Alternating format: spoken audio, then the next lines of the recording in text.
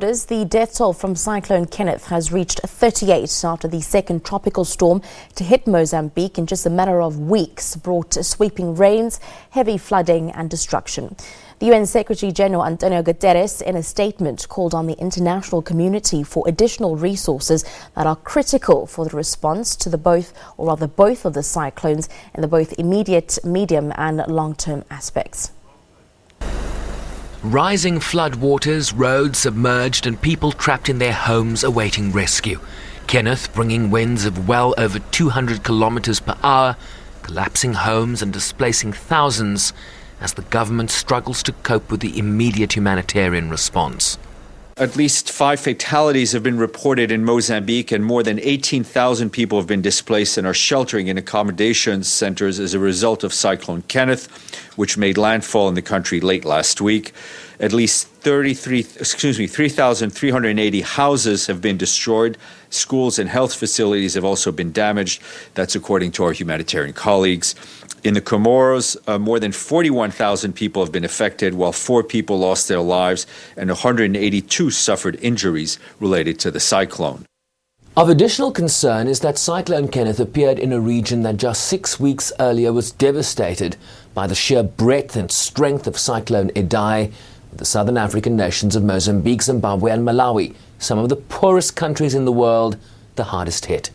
Weather forecasts indicate that further rains can be expected, with deadly mudslides already experienced in the Pemba region, further complicating recovery efforts.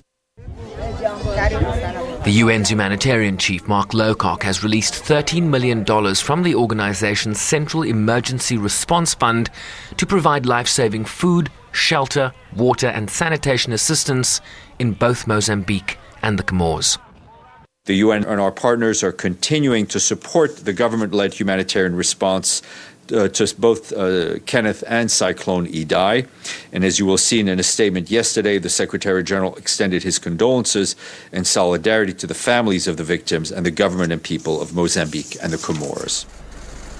Initial reports point to extensive damage across the Comores and Mozambique, with several roads cut off and villages flooded.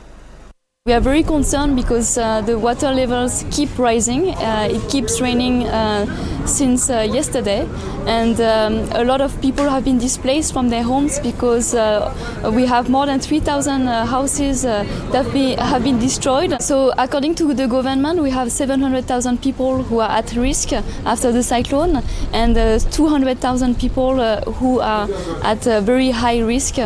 So we are gearing up our emergency operation to make sure that we can bring the food and the aid that people need.